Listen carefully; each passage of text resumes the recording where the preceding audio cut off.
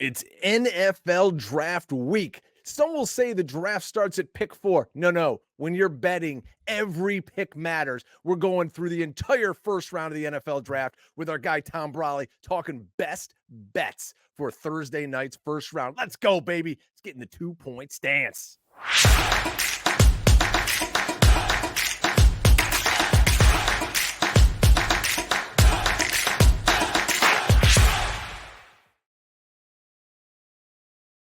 All across the fantasy universe and wherever you may be, welcome to Draft Week. It's the 2-point stance powered by FantasyPoints.com.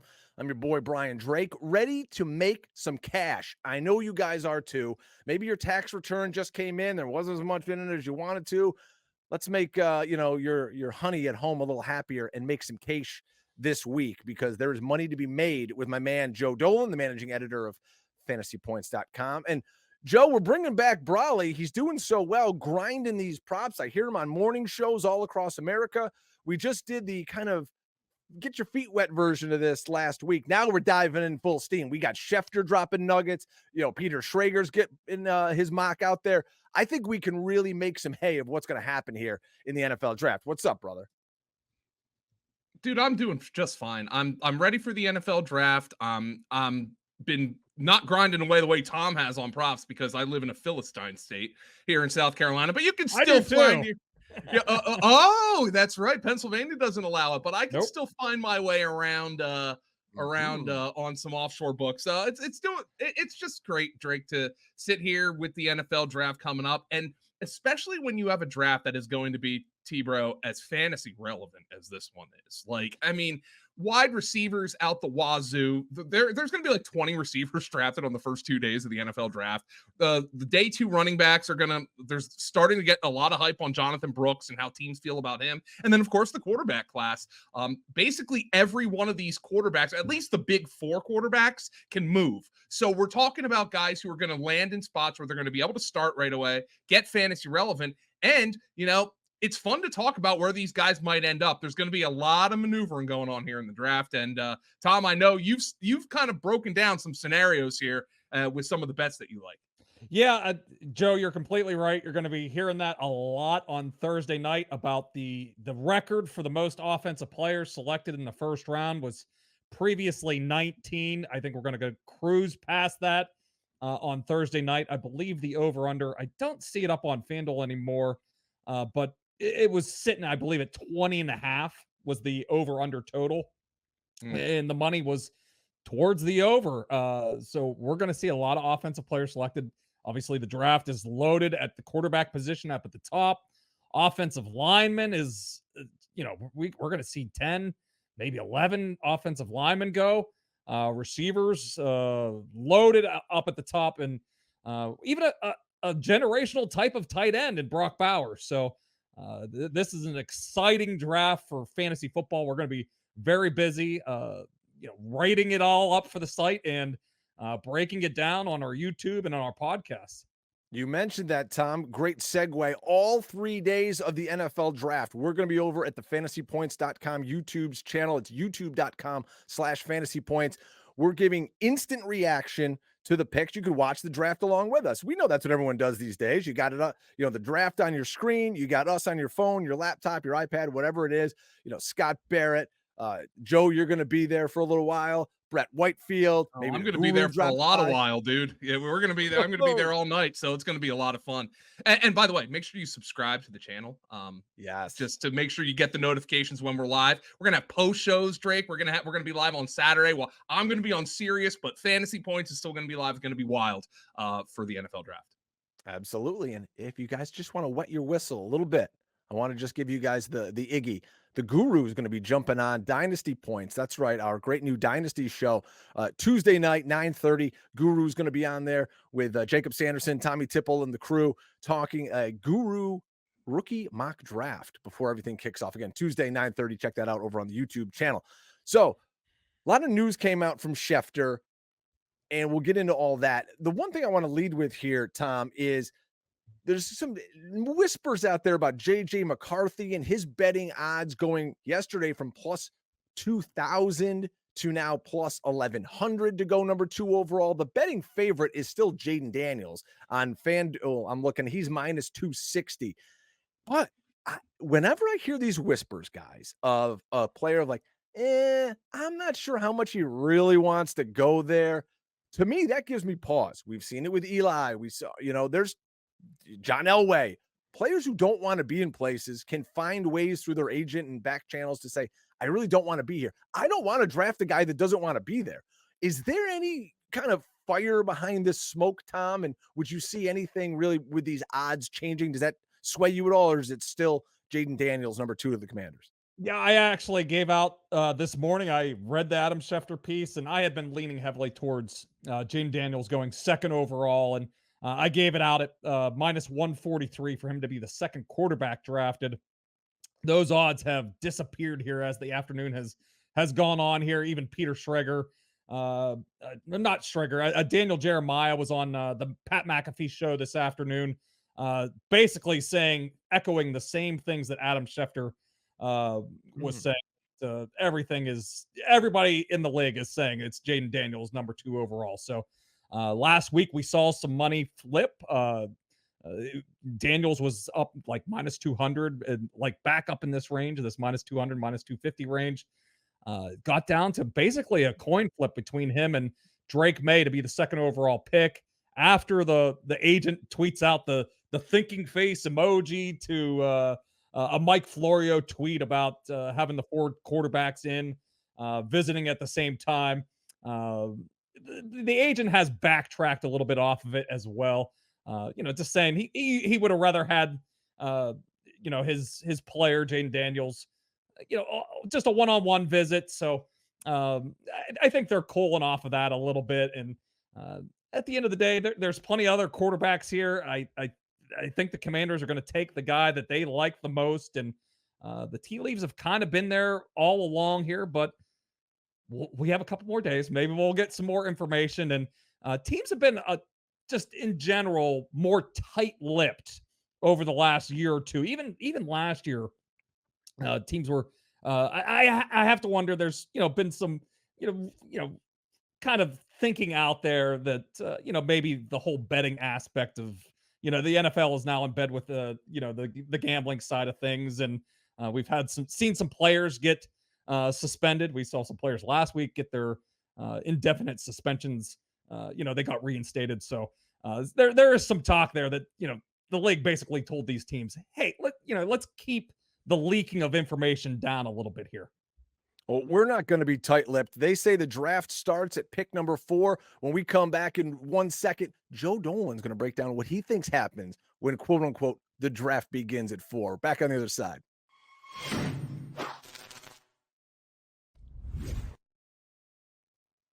Joe, I keep hearing this old terminology. It's so cliche. The Arizona's open for business at 4. Everybody's open for business. What are we talking about? Patriots you have to listen. This is so dumb. If you make an offer to a team and it's legit, and we know Arizona's going to move up and down, they did more than anybody last year. Like, yes, you're going to make that trade. But Joe, let me ask you this. If they're so open for business, and I think the Giants want to move up for a quarterback, I think we know the Vikings need a quarterback. Denver needs a quarterback. What do you think happens at this 4th pick? It's very hard for me to break this down entirely because let's look at the consensus big boards. Separating positional value, which obviously is why Caleb Williams is going to be the 1st overall pick and Jaden Daniels is going to be the 2nd. Who knows what's going to happen at 3? Drake, I would push back a little bit on the cliche. I actually think the draft begins at 3 because the Patriots, Adam Schefter was reporting today, they could be like last year's Cardinals, or they move back and then they move back up depending on, depending on they have no talent. They have no talent whatsoever. Plays. We talked about it last week, but there's another team I like to potentially do that a little bit closer to the middle of the 1st round. But the Cardinals, the thing is, how often do you have the number 4 pick in the draft and might be able to get the guy who's number 1 on consensus big boards? Mm-hmm. And that's a really hard thing for me to overlook because it's Marvin Harrison Jr. is the consensus number 1 pick, number 1 guy on big boards. Okay. Mm-hmm. Yes, there are some teams who prefer Malik Neighbors. That's what we've heard. But Marvin Harrison is generally regarded as a wartless prospect. And he's at a position of need for the Cardinals. Their number one receiver right now is Michael Wilson. Their number two is Greg Dortch. Basically, their best receiver is Trey McBride. You need that wide receiver. And I think it's going to be very easy for Monty Ossenfort sitting there to say, let's just take the player. That being said, if they have Malik Neighbors and Rome Odunze very similarly listed on their big boards, or just a slight tier drop off, you're going to be able to trade back to 6 with the Giants and get one of those guys anyway, guaranteed, unless you have 2 of them, and then the third, a big drop off from that. And that's where you've got to learn, what are the Chargers doing at 5? Because the Chargers Jim Harbaugh is a complete wild card. All right, the guy orders whole milk at a steakhouse. So he can do whatever he wants. It would not shock me at all if Jim Harbaugh says, we're staying put and we're drafting an offensive tackle, and that's that. And he said that's how we want to build our team. They could trade out of that pick as well. So what the Chargers are going to do is what's going to be and if Monty Ossenfort has a good read on what the Chargers are going to do, I think that makes it particularly interesting for them. I don't know, Tom, what you think Arizona is up to. I still think Arizona drafting Marvin Harrison Jr. is probably my favorite, is probably where I would lean for them. But again, this is a team that doesn't have a whole lot of talent on the defensive side of the football. Heck, quite frankly, they don't have a whole lot of talent on the offensive side of the football either. They could go just about anywhere, and drafting the best player in Marvin Harrison makes a lot of sense to me. Yeah, I know, but it's been kind of made fun of a little bit today, but I do think them like going out and say this pick is for sale here.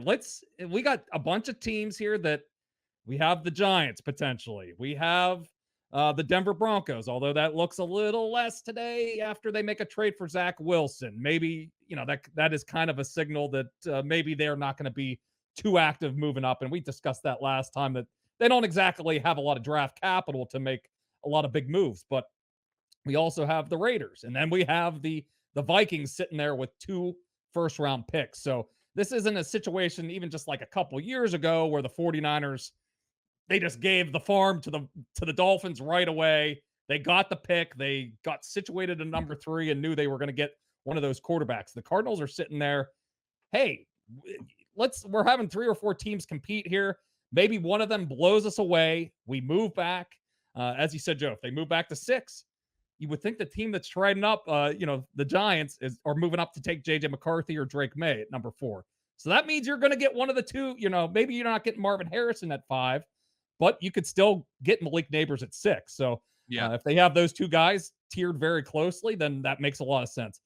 Heck, we saw last draft, they traded back and they moved back into number 6 to get their Paris Johnson. So yeah, they could move back if the Vikings trade up and they're sitting at 11, and maybe they use that package to move on back up to 7 or 8 or wherever it is to make sure they get one of those big 3 wide receivers. So I thought it was a little bit interesting as well today with the Patriots. It seemed pretty locked in at this point. I mean, Robert Kraft is basically he wants a damn quarterback at number 3 overall. And after the Cardinals stuff came out today that the pick is up for sale, the Patriots started floating it out there. Maybe through Diana Rossini here, they're trying to maybe, hey, if we get the Godfather offer, maybe some team offers us 4 or 5 first round picks, maybe we'll sell that third overall pick. But it sure seems like they're going to sit and take a quarterback at this point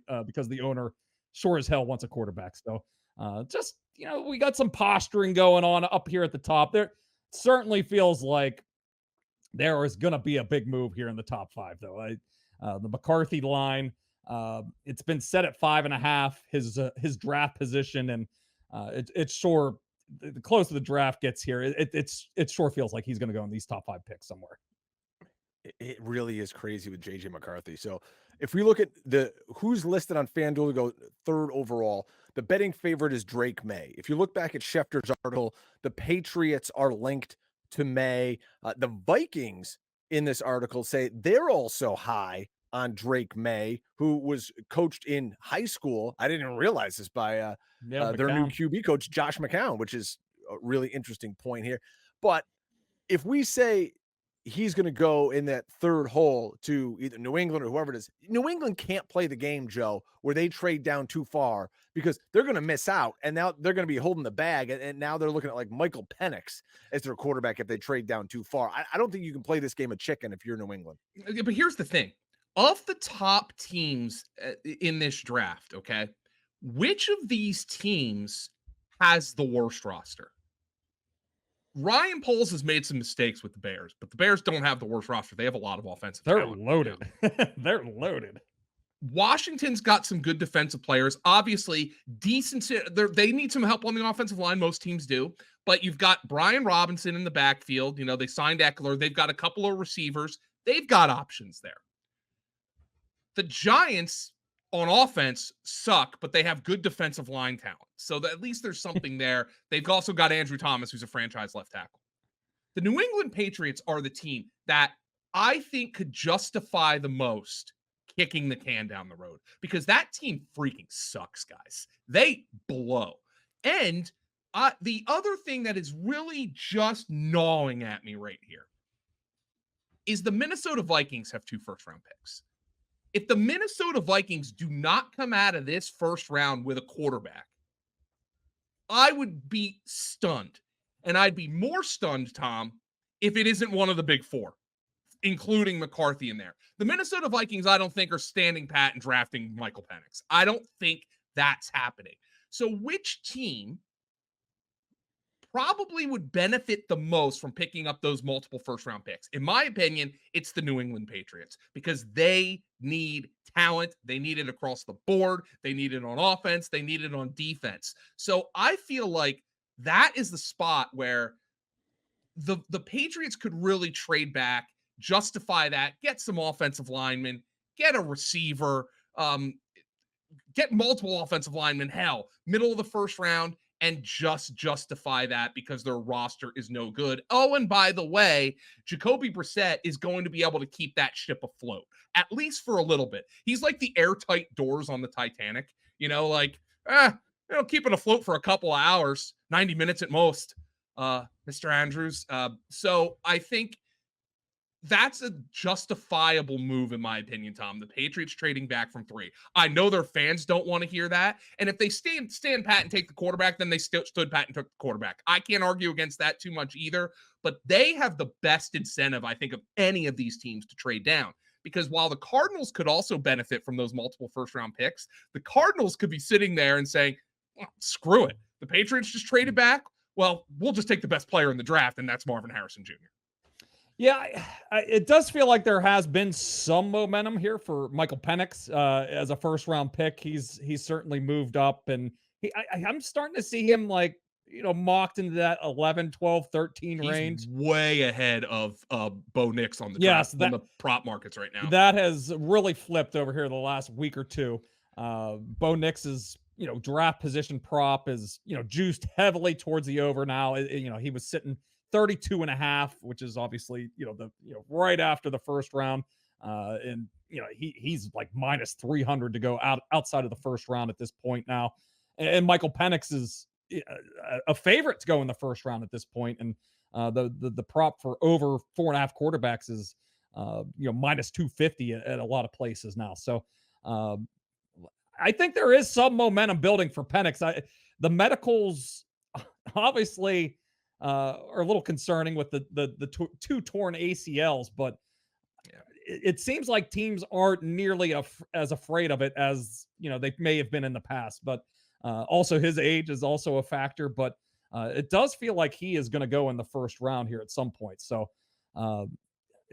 I would be surprised if the Vikings aren't the ones that move up at some point, but maybe they would be content to use both those first round picks, draft Penix at 11 or 23, and use the extra pick to build around them. But I still feel like they are most likely the team that trades up, and they're still sitting at plus 170 to select JJ McCarthy. So they are still the favorite to be the team that drafts him.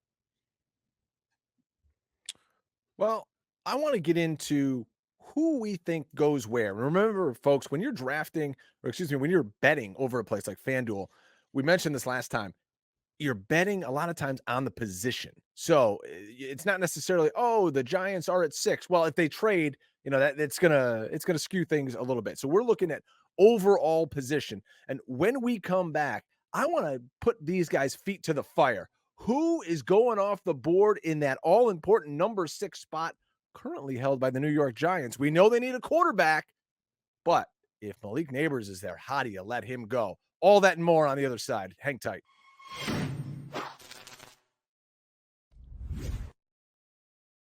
Fellas, the New York Giants have a interesting roster. Gone is Saquon Barkley. We're paying all this money to Daniel Jones. There's not a lot of talent really anywhere on this offense. This regime needs to get it right at the quarterback position. Okay. I think they can get out of Daniel Jones after this year. We've seen teams eat big dead money contracts. That's not the end of the world. If we were to say, hey, at number 6, right, let's take JJ McCarthy and sit him for a year or whenever the Giants are mathematically out of it, which, who knows, could be around Thanksgiving. Now we get JJ in there. Would you take JJ at plus 550? Joe, I'll start with you. Or you got Malik Neighbors here. You have no talent on the outside. You might not have a tight end anymore with Darren Waller. How do you pack that up when you're still paying big money to Daniel Jones? I mean, there's a lot on the table here for New York at number 6. Again, this is one of those teams that could do whatever. And also on the table, by the way, for the New York Giants, Tom, in kind of like a lowercase version of what I just talked about with the Patriots, is if the Giants are unable to trade up to go get one of the quarterbacks, if that's what they want to do, they could decide, hey, look, our opportunity passed us. Minnesota was able to outbid us because Minnesota has 2 first-round picks this year. They were just able to outbid us. The Giants could maybe be a team that trades back a little bit and accrues some talent because they're a team that needs talent. But I still think the most likely scenario here for the New York Giants is, look, Mr. Mara historically, doesn't try to rock the boat, I think the most likely thing is they try to go into the season with Daniel Jones as the starting quarterback with Malik Neighbors as his number 1 receiver.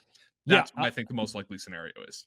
I'm right there with you, Joe. I don't see them trading. I think they have been devoid of a top talent wide receiver since Odell Beckham's injury stuff started to happen. And it's been a long time. So I know Daniel Jones is not the guy, but he also really hasn't, he's been playing with less than a full deck of cards here. Let's go get him this top flight wide receiver. If it probably is Malik Neighbors or maybe it's Marvin Harrison if something crazy happens. And I could prefer a Dunze though, Tom, and that's something we don't really know because maybe that's just the guy they like better. But Malik Neighbors is the betting favorite to be the 6th pick. Yeah, and that Malik Neighbors. Hey, if Daniel Jones, they get the final answer to we have 95% of the quiz already completed. We find out completely this year that Daniel Jones is out of the picture next year.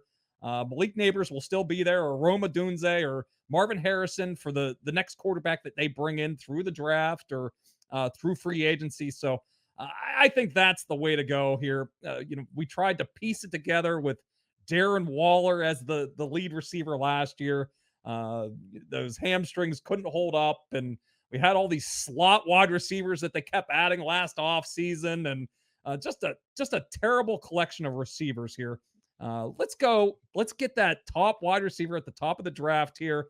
Let's get a foundational piece for our offense for the next 10 to 15 years here with the number 6 overall pick, and let's get that top flight wide receiver. That's personally where I think the Giants are going to go, but we'll see if they make a move up to number 4.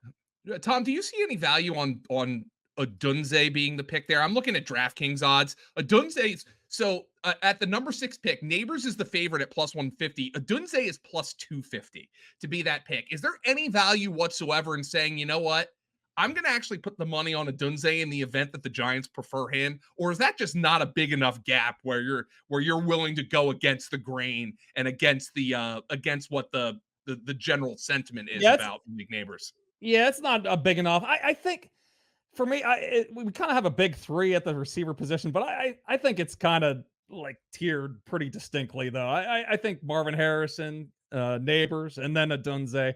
And if this scenario kind of plays out the way we're thinking, that one of these teams trades up into the top five and Marvin Harrison is gone, you have your choice of Neighbors and Adunze, but I kind of I get the impression that the Giants probably are leaning a little more towards Neighbors here.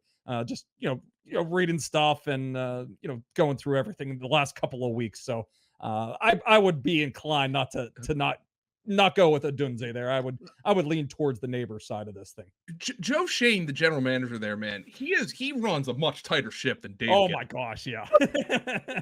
I remember even just like the Saquon draft. I mean, there was just tons of everybody knew they were taking Yeah. Saquon. Everybody knew they were taking Daniel Jones. Now, where they took DJ, I think people were a little and then everybody on planet if you Earth, remember back to that draft, that was that Belichick apparently wanted Daniel Jones so badly in that Mhm. draft, so they made sure they didn't want to wait until later in the draft. So they made sure to that's why it was seen as a bit of a reach, but and they then wanted to make sure they get their quarterback ahead of Bill Belichick in that draft. everybody knew they wanted Devontae Smith in 2021, and the Cowboys and Eagles swung the trade. And let me tell you, the Eagles got Devontae Smith, and the Cowboys got Micah Parsons. The Giants ended up with Kadarius Toney. So let's see who got the short end of the stick in that one. After that situation, we're shutting our lips here. And Joe Shane, that's kind of a Giant beat writer's thing here. Is like nobody knows what Joe Shane's doing here. Like so that they are a fascinating team. Like Arizona. Yeah, they're fascinating, but like ultimately, I think Arizona, they could just stand pat and just take the best player in the draft. And then you have two complete lunatic teams back to back with the Chargers and the Giants. The Chargers because Jim Harbaugh is actually a lunatic, and the Giants because I don't think Joe Shane's a lunatic, but he could do literally anything, and it wouldn't surprise me at this stage, including trading back. But I'm with you. I think Drake, the most likely scenario is the Giants pick 6. They draft Malik Neighbors. They try to run it back with Daniel Jones. Maybe he's got like a Baker Mayfield resurgent season in him. Could you imagine Giant fans if they sign him to another contract after this season? But look, Daniel Jones has flashed in the past, and he didn't have opportunity to flash these past couple of years because the roster's been so bad. I'm going to say this. I'm going to put some money down on J.J. McCarthy to go number 6 overall. Could it be to the Giants? Remember, the Giants flirted with Russell Wilson this offseason. They've done a ton of pre-draft prep on these other quarterbacks. $22 million next year, dead cap to get out underneath Daniel Jones. In this day and age, that's not a ton, is what we see all these other guys doing. So I'm going to put a little long shot money there on J.J. McCarthy at 6 to the Giants. It gets kind of boring, guys. Tennessee, Atlanta, with those picks. Everyone kind of thinks they know where those teams are going with Joe Alt and then Atlanta. Let's back off here, Drake. I know this is the Fantasy Points podcast, but Tom, it is basically a complete toss-up right now as to which edge rusher the Falcons are going to take. Yeah, I think 8's kind of interesting, Joe. And it's all going to depend. If we see the 4 quarterbacks go in the top, I think we're going to see, 2 of the receivers go, and it really feels like he's been the outside of Caleb Williams, obviously, kind of the locked in guy. Like he's like minus 140 to go 7th overall. One of those where elite prospect and an elite need for the Titans, and it's like a perfect scheme fit. The Titans have plugged like all their they've plugged all their offensive holes, right? Yes, except for that one big one. and maybe Joe Alt is a big guy to fill that plug. And maybe Will Levis is a hole, but the Titans are being prudent here. They're trying to figure out if Will Levis is a hole or if they have something there. Which makes 8 like kind of an interesting spot. Dallas Turner has been kind of locked in as the Falcons pick here for a long time. I gave out a couple of weeks ago Latu. I can't say his name. Latu from UCLA. Major medical concerns, but he's everybody's best pass rusher in the draft. He's like I saw Brian Baldinger was breaking him down over the weekend and compared him to TJ Watt, and but he's got major connections to the Atlanta Falcons coaching staff. Jimmy Lake was his recruiter, a recruiter, and he coached him at Washington. A perfect fit for Raheem Morris defense as that kind of stand up edge defender, and so there's been a lot of juice over the last week that, and now Latu is basically even with Dallas Turner to be that pick, but the Falcons are kind of sitting in a good spot here if McCarthy goes in that top range here, and we do think there's a teardrop at wide receiver. I also gave out Roma Dunze plus 750 to be the 8th overall pick, thinking that we got the Jets sitting at 10. Even the Bears, we saw the Bears move one spot last year in the top 10. Maybe they just move up one spot to make sure they get Roma Dunze at number 8. Give Caleb Williams that guy.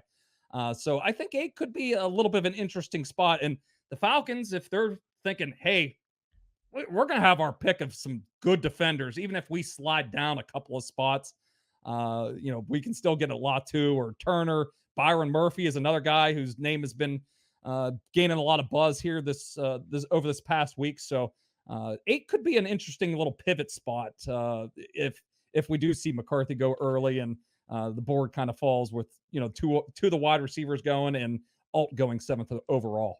I wanted to talk about what Brett Whitefield said about Latu because I edited his profile today.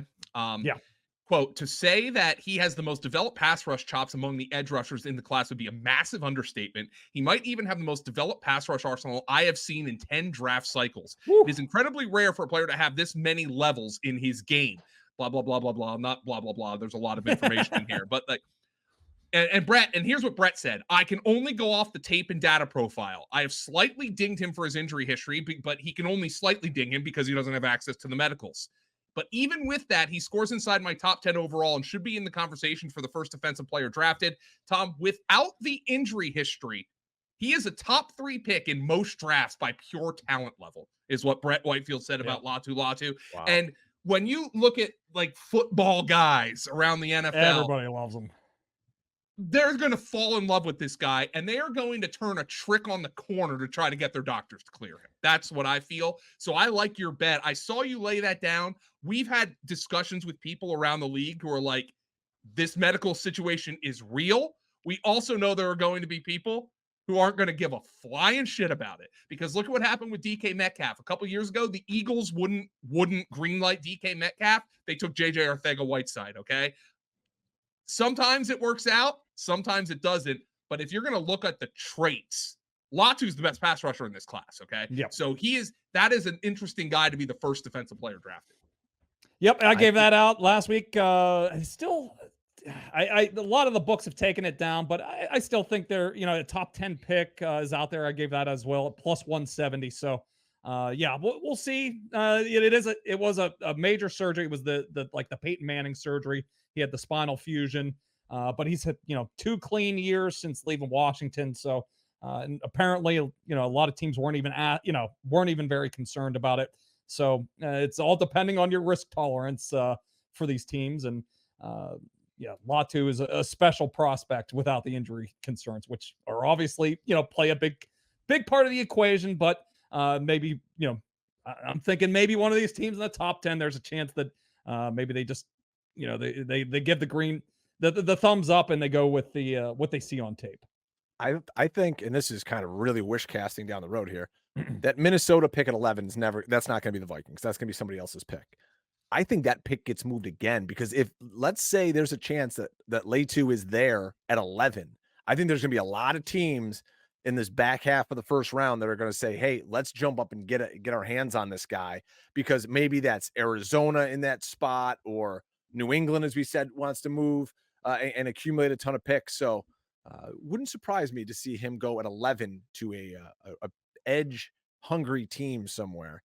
Yeah, his draft position prop has really been falling over the last couple of days, and I think he's let me pull it up here. He's at 16.5, and the money's going towards the under. That was just a couple of days ago, was like 18.5 with the money going towards the over. So he's picking up a lot of steam over the last couple of days. I got to ask you guys about the Jets. They're hanging out at 10. Smart money, or a smart person would just say, you know what? You've got a bunch of guys with the AARP cards on 1-year deals at tackle. You might even bring in Bakhtiari, and he's not going to play well on that turf. You got a chance you might be able to get a tackle here, but I keep hearing we're going to take a Dunze, we're going to take Brock Bowers and all this. What in the world would you guys do at this number 10 spot with the Jets? Bowers right now is the money favorite at plus 145. I mean, I would probably go with Bow. I mean, he's a generational type of prospect at the tight end position. You make your quarterback very happy. We know he's he's prone to have different moods, and you go out and get him a player of after the catch kind of a receiver in Brock Bowers that would make any quarterback happy. But as I said earlier, I think they're potentially candidates to slide up a few picks if Roma Dunze slides a little bit. Offensive line is obviously still a concern. They patched it together a little bit here, but Tyron Smith and Morgan Moses are older type of tackles. So how long are you going to count on those guys to stay healthy? So they could go a number of different directions here. Personally, I hope they go Bowers, but we'll see how it kind of plays out. Offensive lineman on DraftKings is the favorite to be the Jets pick. Plus 115. I think that opens up the possibility, Tom, right, for all the possibilities. You stay put, you take Olu Fashanu, you take the kid from Oregon State. You could take, or the Jets could trade back and take one of the tackles who maybe falls a little bit. Maybe they trade back a bunch of spots and take Amarius Mims, the kid from Georgia, who might be the most gifted of every tackle in this class, but he started like 2 games in his life. So maybe they're like, hey, we'll bring in the project because we signed Tyron Smith and we signed Morgan Moses, and those guys are going to start. Those guys are going to start regardless if they have a polished offensive lineman. So that opens up the opportunity for the Jets to trade back. That is actually the betting favorite for their first pick. But tight end is there at plus 145, and Drake, wide receivers, plus 230. Those are the only odds for the Jets to draft a player with their first pick shorter than 25-1. So literally, if it's not an offensive lineman, tight end, or wide receiver, it is almost certainly not happening for the New York Jets. They are going to add on the offensive side of the football. And given the fact that how good their defense was last year, probably the right move for the Jets. If you guys are wondering, hey, who are these great guys we're talking to? Where can I read more of their work? Make sure you're following our guest, Tom Brawley, on the old Twitter machine. Again, it's not X to me. At Tom Brawley, his great article, Brawley's Best Bets, is up over at FantasyPoints.com. Some great free articles. You can see some of the best bets that he's given out. Even, like you said, he gave one out earlier this morning on the second quarterback. I'll be looking over all these. I mean, I'm like, these numbers are dancing around my head at this point. I've been looking at these for 3 solid weeks here now, and we're getting down to the nitty gritty. But I'm sure I'm going to find another bet or two. So. Make sure to continue to check out the best bets and the draft prop articles. I'll continue to update those over the next couple of days. Joe's at FG_Dolan. And Joe, I can't wait to hear you over on the YouTube page. Again, youtube.com/fantasypoints. All 3 days of the NFL draft, we're going to be live talking about the picks, giving a fantasy reaction. There's going to be post shows. Joe's going to be there. He's going to be on SiriusXM. It's going to be unbelievable. Make sure you're subscribed to our Fantasy Points YouTube channel. Joe, I can't wait to hear your reaction when, finally we get through all these quarterbacks, we get through all these rando teams, the Denvers of the world, the Las Vegases of the world, even teams like Seattle, who I think might be looking at a player like Michael Penix, because these rosters, Joe, and these GMs, they tell you in advance what these teams want to do. If you only have one quarterback on your roster like the Patriots do, if you have really terrible quarterbacks, if Jared Stidham is in line to take snaps for you, that's not a good thing. So when you're sitting here on the Fantasy Points YouTube channel and we get past those teams, we get to the end of the bad teams and we get to the playoff teams, Joe, what do you think is going to stick out in your mind most from this first round? Is anything going to surprise you? Surprise. I've gotten past the time of being surprised with what teams really do in the NFL draft. Let's see, what could be a surprise? The Eagles drafting a wide receiver might be a surprise, even though I think they need one. But I think the Eagles drafting a wide receiver would. They're more of a day 2 or day 3 team at that position for me. But I wouldn't be stunned if they did. You skipped over one team that we talked about on last week's podcast, and I'm going to talk about it on this week's podcast because they made a trade today for Zach Wilson. That's the Denver Broncos. All right. Zach Wilson has a big arm and he can move. Okay. That's always going to get a guy a shot in the NFL. Zach Wilson, you cannot go into the year with Zach Wilson as your starting quarterback. Look at the roster that the Denver Broncos have. Their best receiver is Courtland Sutton. He's unhappy with his contract. And I'll be honest, if Courtland Sutton's the best receiver on your team, you need a wide receiver. Denver is fascinating to me because Denver does not have a second round pick. Bo Nix, his draft position rate, I think he's plus odds to be drafted in the first round, Tom. Yes, he is. Plus 180. It's getting worse too. Every passing day, it's getting more and more likely he's going in the second round. At least odds-wise. What are the chances that the Denver Broncos and Sean Payton, who I still am surprised he took this hack job of a team, this job trying to rebuild Russell Wilson, which we all knew was going to end poorly. What are the chances that the Broncos are sitting there at 12? They clearly don't have the ammo. The Broncos trading up for a quarterback would be stupid, okay? They don't have any talent on this team. What are the chances the Broncos are sitting there at 12? Brock Bowers falls a little bit, okay? The Jets passed on Brock Bowers to take an offensive lineman. Maybe there's a team who really likes Michael Penix. What are the odds that the Broncos trade back from 12, recoup some extra picks, and then use some of those picks to go get Bo Nix in the back end of the first round or early second round? Could that be a scenario where the Broncos don't draft a quarterback with their first pick, but end up with an early quarterback in this draft? Because the Broncos need just about everything. So I'm looking at Denver as a team that they could trade back, try to accrue some talent here, try to accrue some picks. Still, if they like Bo Nix, make that pick at the quarterback position. I think it would be malpractice if Denver stuck at 12, given the state of their roster, quite frankly. Yeah, they can use all the picks that they can possibly get here in this draft. I saw you even retweeted somebody that noted that Courtland Sutton was not part of their jersey reveal today. It was Marvin Mims.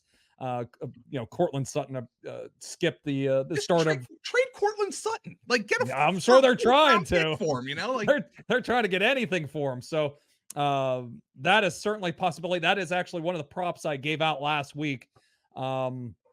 Just because the quarterback was the overwhelming favorite, not overwhelming, but the odds-on favorite. Yeah, they were like minus 110, minus 120 to select a quarterback with their first pick, and it just didn't really add up in my head. They don't really have the ammunition to trade up to get one of those top 4 quarterbacks. Are they really going to, draft Bo Nix 12th overall? I'm with you, Joe. I think it's probably more likely that they stay and pick at 12, and they don't take Bo Nix, or they trade back and maybe accrue a couple more picks for later in the draft. So draft an offensive lineman, and that's what I gave gave up, Joe. Plus 1,100 for offensive linemen, and in the mock drafts, they're about like 18 or 20% chance of selecting a offensive line. This was me trying to thread the needle of understanding that some team is going to draft Bo Nix likely in the top 50 picks of the draft, right? Like, quarterbacks fall. There are some guys who quarterbacks fall every year, quarterbacks rise every year, but Bo Nix is probably going to be drafted because of his profile. Guys who start a lot of college games have had a lot of success in the NFL recently. Brock Purdy, among the recent success stories at that position.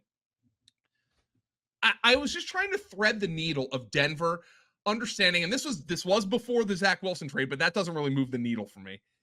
Trying to thread the needle, 2 different kinds of needles there, I guess, of them getting a quarterback who could potentially be the player that carries them into the future, while also understanding that it's probably not prudent in a draft where you're not likely to be in range to draft one of the top 4 quarterbacks in the class. When you have a crappy roster around him, understanding that it's not prudent to spend your 12th overall pick on a guy who's the 5th best guy at his own position. I just don't think that's I just don't see that happening. And I think the Broncos are more likely to trade out of that pick than to do that. And remember, circling this all back, they don't have the ammunition to trade up. They just don't.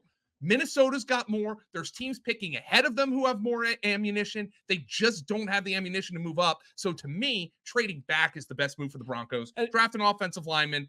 And if you want Bo Nix, you're going to have something that you acquired in that trade that you can maybe go get them with. And Joe, this kind of goes back to your the little conversation we had at the beginning about the Patriots. Should they trade out or stay and pick? Now we got the Broncos.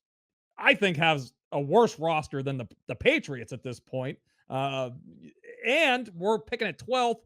We're going to be drafting a quarterback that's significantly worse than the options that the Patriots are going to have at 3. Setting them up to fail. Yeah, setting up Bo Nix or Michael Penix or whoever they select at number 12 overall out of those quarterbacks. I mean, that would be a tough situation to be put in.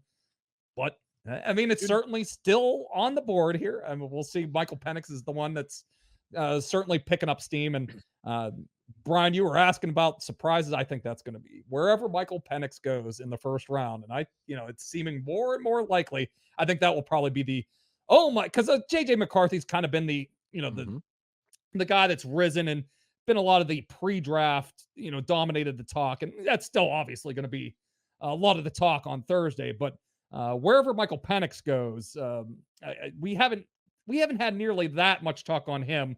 And I think it's that wherever he ends up is going to be the major talk. And Seattle could be an interesting spot. I know we talked about them a little bit. Hold that thought there, Tom, because I think we've got the landing spot for Michael Penix. And I'm going to tell you where Courtland Sutton gets traded and why right after this.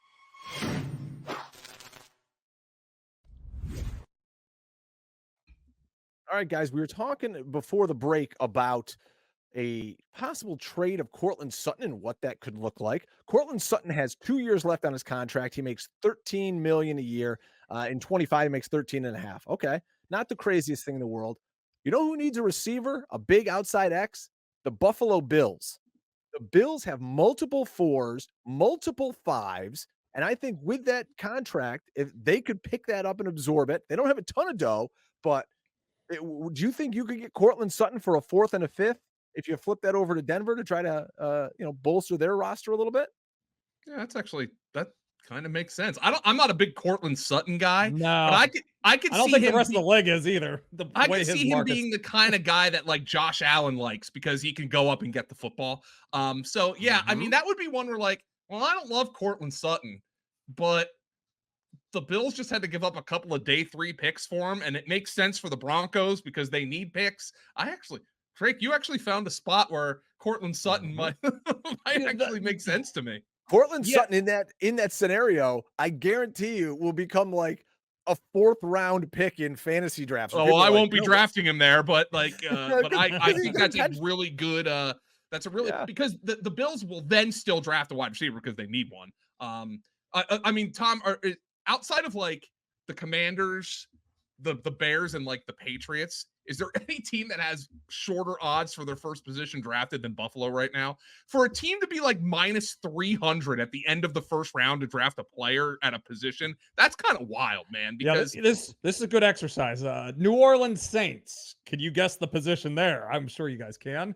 With there's some talk about this guy not being able to be playing this year. Ryan Ramczyk. Offensive lineman. They're like the right up there with the Bills. They're now minus 400. They completely blew the Trevor Penning pick. Yes. And that's also covering up a mistake from a previous draft. They had some guys walking in free agency, and they still haven't signed Andres Pete. So outside of the Saints, the Titans, I would guess, are the Titans. Yeah, but they're up at the top of the draft. They're at the top where it's easier to predict. Yeah, talking more of the the middle of the first round to late first round. But you're right. It's after the Saints. Yeah, the Bills are right up there in terms of like a position of need, and they're gonna spend that pick.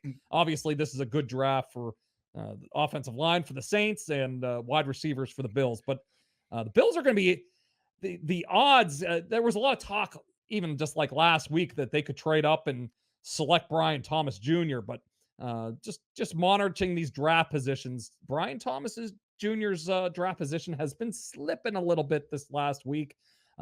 His pick, he was like 16 and a half, and don't know what he's at now. He was like 18 and a half, 19 and a half.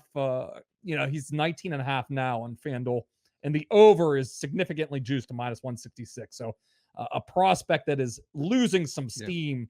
After that top three, Brian Thomas has kind of been that number 4, but he's even losing a little bit of steam here the last couple of days.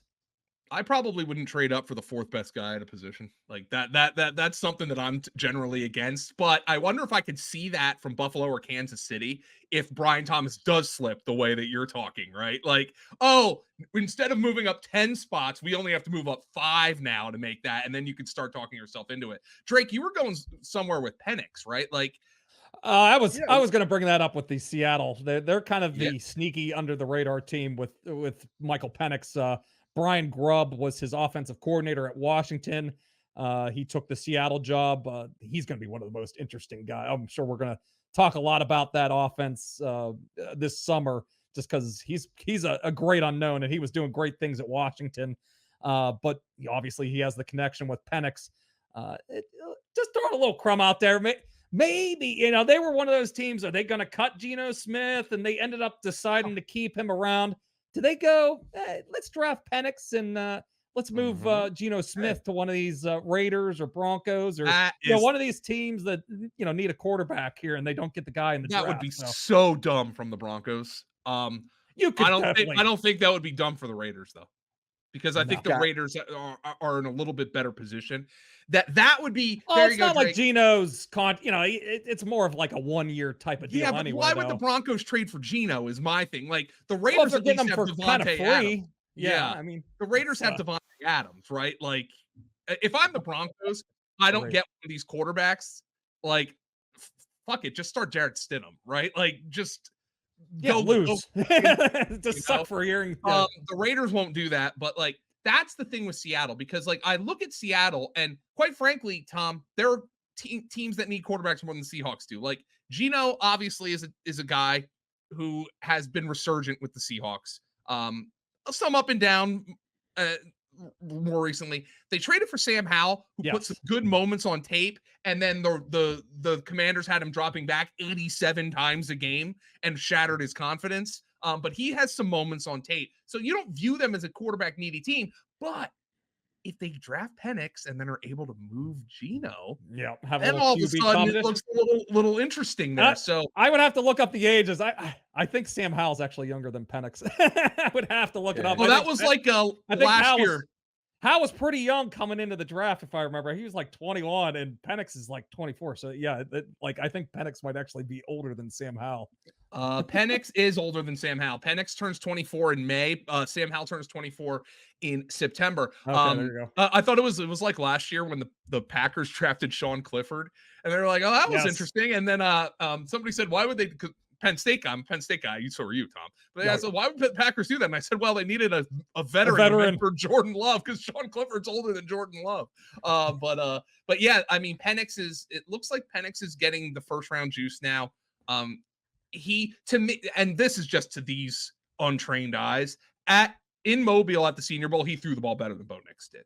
I didn't think it was very close. Yeah, I don't think there was any question. I mean, if we're, just a pure passer, like he throws a tight little ball and, just a pure arm. I think Penix is right up there with anybody. It all comes down to his age and, the health of those two knees, but the two torn ACLs. So, but yeah, he throws a pretty ball.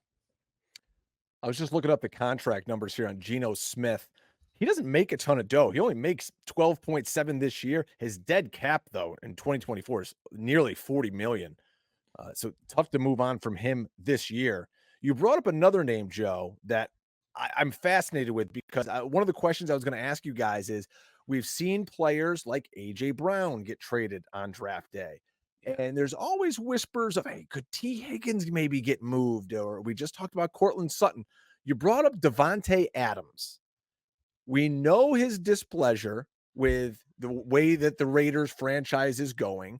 after 2024, he has no guaranteed money left on his contract. Is Devontae Adams possibly a guy that you could see getting moved? And that was going to be my next question: is just Devontae, T. Higgins, one of these receivers? Do you see anybody getting moved on draft day? But you piqued my interest with the Devontae talk. The thing that's interesting here is the trade prices that we saw this offseason. Guys were not getting moved for first round picks the way AJ Brown and Hollywood Brown were a couple of years ago. So it would have to be a blockbuster, I think, for one of these guys to get moved for a first round pick. I don't think T. Higgins is getting moved for a first round pick. Like, I just don't see that happening.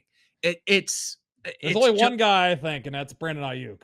I think he would go. Yeah. I think he would fetch a first rounder, and obviously his name has been in trade talks all off season long here, and they're in contract negotiations. And he's the one guy I think that has. I don't think it's going to happen, but I'd put it 30% chance he gets moved first or second day of the draft. But and then I think he's the one guy that fetches a firster. That becomes interesting then, because I don't want to give this, because obviously Titan fans would take back that AJ Brown trade in a second, but like, could the 49ers, who are picking at the end of the first round, let's just say they trade Ayuk for somebody who has a pick in the 20s, could the 49ers do the AJ Brown, Treylon Burks thing and just like draft a wide receiver just to be like, all right, we traded Brandon Ayuk, we're not going to be able to pay him, we're going to just draft one of these, we're going to draft one of these wide receivers. I guess that could be a possibility, Tom, which would then make the 49ers their first I'm not showing odds here on DraftKings of them to draft a player in the first round. Plus or what 340 at wide receiver. Offensive line is the heavy fight. Odds on favorite -110. Cornerback is 430 and defensive line is 430. So they do have it baked in there a little bit that if Ayuk gets moved, because that would not normally be seen as a area of weakness for their offense. It shouldn't be the second odds, but there's certainly some baked in there. Yeah. Hey, if they move Ayuk, they could certainly want to grab one of these wide receivers in the first round. I think Brian Thomas would fill in very nicely for Brandon Ayuk as a similar sort of player that can play inside, can play outside, you can move around a little bit. You've already got, Debo's a freaking tank out there. It's gonna be interesting. I mocked in an article that I wrote, I rocked Thomas to Kansas City at 32 because I still think Kansas City needs another weapon on the outside. I know they've got Hollywood Brown. People. Oh, wow. Yeah, you're burying the lead here, Drake. They got Rashee Rice. Rashee Rice is going to get like a game suspension. Rashee Rice isn't going anywhere. Like, he'll be totally fine. But and they've got Kelsey, and he's old as dirt. Kelsey's older. Rashee Rice is going to get. I think Schefter hinted at a multi-game suspension here, and obviously teams don't draft for a guy to miss 3 games, okay? They don't do that, but they do still need a receiver. And let me be quite frank with you. We in fantasy football need them to draft a receiver so we don't talk our freaking selves into Kadarius Toney and Sky Moore again this offseason. So Not doing it. We need them to draft a wide receiver to get us off of that, quite frankly. -120. That's the leading bet right now on FanDuel is for the Kansas City Chiefs to take a wide receiver at 32 I did overall. give that one out. I did give that one out in Brawley's Best Bets. I also gave out Xavier Worthy. I don't know if he's still FanDuel doesn't have that prop anymore, but it was like plus 750 for him to land with the Chiefs. I think he's still out there some other books, but it's like plus 500. So it's not nearly the same value, but obviously he's been the comp here for Tyreek Hill. Broke the 40-yard dash record at the combine. Obviously can run and would give that element of speed that this offense has kind of been lacking. They've had some fast players, but they can't catch the ball. But we'll see if Xavier Worthy can do that too. But that was one little the Chiefs picking at the end of the first round there. Let's play a little trivia here, guys, because Andy Reid is he's Mr. Pass Happy, right? He's been Mr. Pass Happy since he came into the league. Can you tell me how many times an Andy Reid coach team, head coach team, has drafted a wide receiver in the first round? Can you tell me how many times? Never. No, more than that. I don't know. Yeah, I'm trying to think. I have I'm no thinking idea. back to old Eagles days. I mean, we had terrible, the community, when you look back at the terrible Yeah. receivers of the J.J. All right. Arcega-Whitesides and whatnot. I mean, there was a An lot of Andy Reid missing. head coach team has drafted a wide receiver in the first round twice. He has Okay. never done it with Kansas City. Can you name the two? It's two. And can you name can you name them? Here we go. This is terrible radio because there's going to be some dead air. No, I'll but give. so Arcega-Whiteside was after his time, right? Oh, That that's was why he was a way second round after. pick anyway. He was a second round pick anyway. Yeah, let me think. The last time was in 2009. 2009. Oh, 2009 Eagle wide receiver. He played Let's see. for Andy at both of Andy's stops. Macklin. Jeremy Macklin was the Oh, last he was one. great out of Missouri. He Yeah, was a yeah, stud. yeah. And the first one was in 2001. He made a legendary play, but he was a bust. Freddie Mitchell. There you go. There's the tip. Okay, yeah. I thank my hands for being so great. Yep, those are the two: Freddie Mitchell and Jeremy Macklin. Macklin. So Andy Reid, for all this pass happy crap, the guy ignores the wide receiver position. Yeah, that's. It's I mean, kind of wild. Yeah. offensive line has been a popular spot for them with their first pick as well. No, Well, that was like part of their problem last year, and then Mahomes just became Mahomes again. So yeah, and they but they have a second year guy, Wanya Morris, who's projected to be their left tackle. So it really depends on what they think about that young guy. Yeah, they're definitely adding here- to that offensive line at some point in that draft. So, guys, we're up about an hour here. We thank everybody for hanging and banging with us again. Go over to that YouTube channel, hit that subscribe button. And if you're listening to this on a podcast form, make sure you're subscribed to the Fantasy Points podcast. My God, do we have some great stuff coming down the pike in terms of our pods for this upcoming season. Anything, guys, before we go, this back half of the first round, any surprises? Give me a bold prediction, Joe, something you think is going to go down here in the first round. I think there is going to be a team that's going to trade back up into the first round to get Bo Nix. I just don't know who it's going to be. I think the odds-on favorite is the Denver Broncos.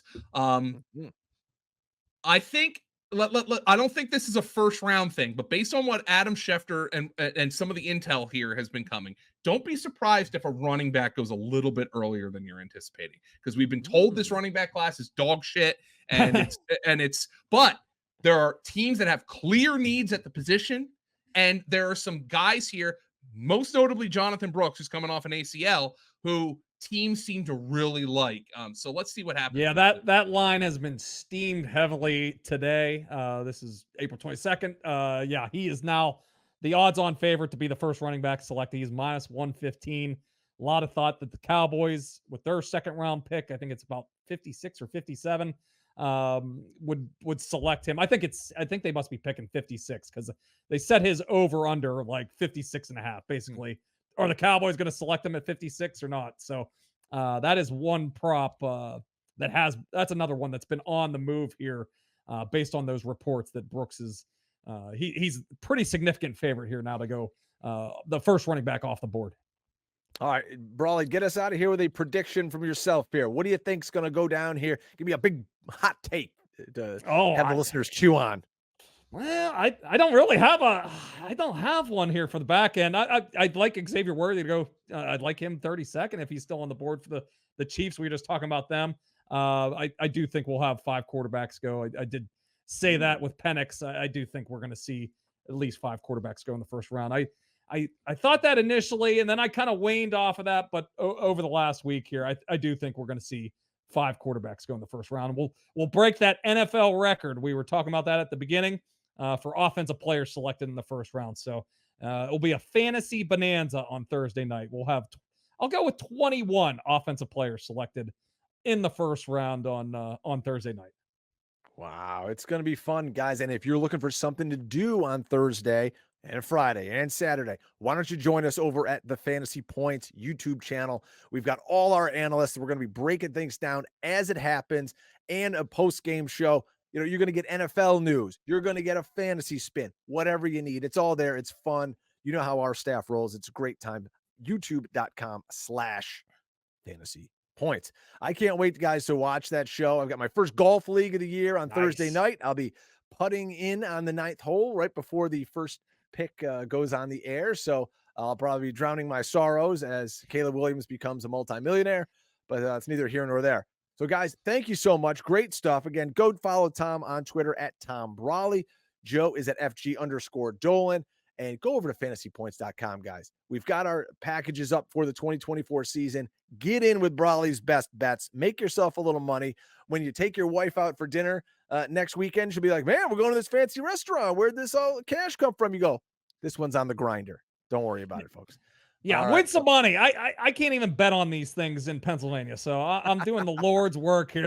It like pains me. I'm writing up all these bets, and I'm doing the best bets, and I gotta like get somebody to run picks for me in other states. So yeah, go over there. Hopefully your state has legal gambling on the NFL draft and have a little fun. We got to make that into a t-shirt where it's just a guy holding out his hand and they're putting some like dollar bills into it. It says, this one's on the grinder. That'd be phenomenal. So, all right, for Tom, for Joe, I'm Drake. We'll see you next time in the 2 Point Stance.